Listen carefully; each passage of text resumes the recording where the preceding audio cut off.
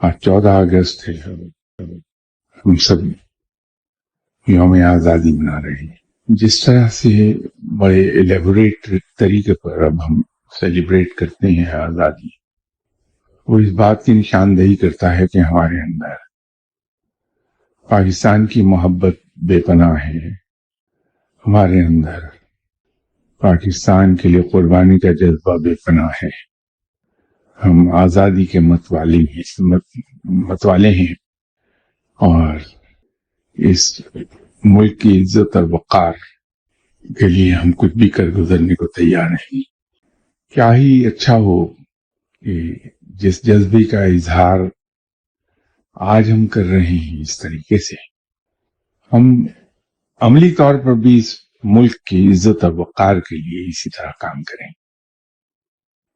ہم